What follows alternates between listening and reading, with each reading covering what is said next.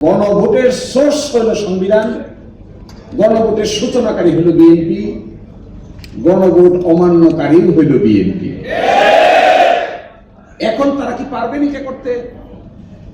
অতীতে যখনই অমান্য করেছেন তখনই ক্রাইসিস হয়েছে। আমি দেখাচ্ছি আপনাকে কোথায় ক্রাইসিস হয়েছে।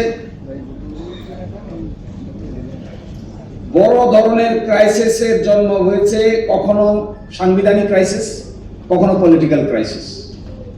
বাংলাদেশের তত্ত্বাবধায়ক সরকারের 1991 সালে বিচারপতি শাহাবুদ্দিনের নেতৃত্বে যে নির্বাচন হয় তার আগে 3 জোটের রূপরেখা হয়। এই 3 জোটের রূপরেখা 91 সালে ক্ষমতায় আসার পরে তারা বেমালুম ভুলে গেছে। 91 সালে এসে একটা গণভোটের আয়োজন করে প্রেসিডেন্সিয়াল ফর্ম থেকে পার্লামেন্টারি ফর্মে আসছে।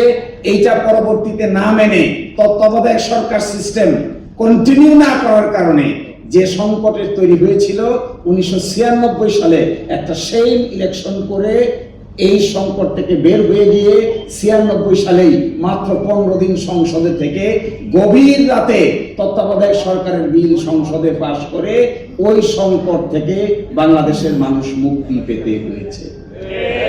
তা আপনারা আবার করবেন এটা? আবার গভীর রাতে পার্লামেন্ট বসিয়ে আরেকটা গণভোটের রায় মানার চেষ্টা করবেন? আশ্চর্য ব্যাপার। ওই সময় কি হয়েছিল জানেন? বাংলাদেশের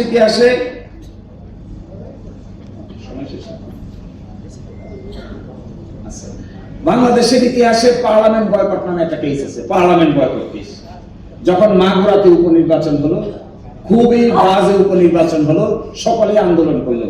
আওয়ামী লীগ, জামাত ইসলামী, জাতীয় পার্টি পার্লামেন্ট থেকে বয়কট করলো। পার্লামেন্ট বয়কট করে পার্লামেন্টে গেল না। 90 দিন পার হয়ে গেল। বাংলাদেশের সুপ্রিম কোর্ট একটা রেফারেন্স চালু করলেন। রাষ্ট্রপতি জিজ্ঞাসা করলেন 90 দিনের বেশি ওনারা পার্লামেন্টের বাইরে আছেন, ওনাদের পার্লামেন্ট সদস্য আছে কি নাই।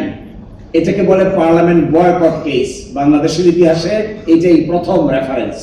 ওই রেফারেন্সে প্রথম উত্তর এসে সকলেই বয়কট করলো, ক্রাইসিস হলো, আন্দোলন হলো, কিন্তু একটা নির্বাচন হলো, কেউ পার্টিসিপেট করলো না। অবশেষে রেজাল্ট কি হলো? তত্ত্বাবধায়ক সরকার আপনারা গভীর রাতে পাশ করা ছাড়া আর কোনো রাস্তা খুঁজে পান নাই। দ্বিতীয় গণভোট 1985 সালে যে গণভোট অনুষ্ঠিত হয়, এরশাদ সাহেব করেন, এটাতেও তেমন কোনো পার্টিসিপেশন ছিল না, কেউ অংশগ্রহণ করেনি, একতরফা গণভোট, কিন্তু অনেক ভোট কাজ দেখানো হয়। অবশেষে সেই ভোটে কি হয়? শেষ পর্যন্ত 90-এর গণঅভ্যুত্থান হয় এবং এরশাদ সাহেব বাধ্য হন চলে যেতে। আবার 1991 সালে বেগম খালেদা জিয়া এসে যে গণভোট করেন, ওই গণভোটের রায় মেনে নিয়ে তারা পার্লামেন্টারি গভর্নমেন্ট চালু করেন। কিন্তু সেখানেও 91 সালে এসে 96 সালে এই সিস্টেমটা ঠিক রাখতে পারেন নাই। সবচাইতে জটিল প্রশ্ন, গতকালকে দেখলাম আমাদের মিস্টার হোম মিনিস্টার বলেছেন যে গণভোট বৈধ। শুনেছেন কালকে? উনি আইনের একটা নীতি আছে যেটাকে বলে ফ্যাক্টাম ভ্যালিড।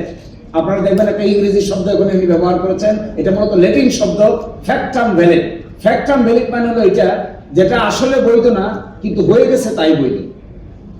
কেমন কি? যেমন আপনি অপ্রাপ্ত বয়স্ক একটা ছেলে একটা মেয়ে বিয়ে করে ফেলেছে, সন্তানের জন্ম হয়ে গেছে, আইনে বলা আছে 18 বছর আর 21 বছর, কিন্তু বিয়ে করে ফেলেছে 15 বছর আর 17 বছর। বিয়ে করে ফেলেছে, সকলে দাওয়াত খেয়ে ফেলছে, অনুষ্ঠান হয়ে গেছে, সন্তানের জন্ম হয়ে গেছে। এই ক্ষেত্রে আমাদের আইনে একটা সকলে যেহেতু মেনে নিয়েছে এবং যেহেতু সন্তানের জন্ম নিয়েছে, আইন অনুযায়ী 18 এবং 21 বছর না হলেও এই বিয়েটা বৈধ বিয়ে।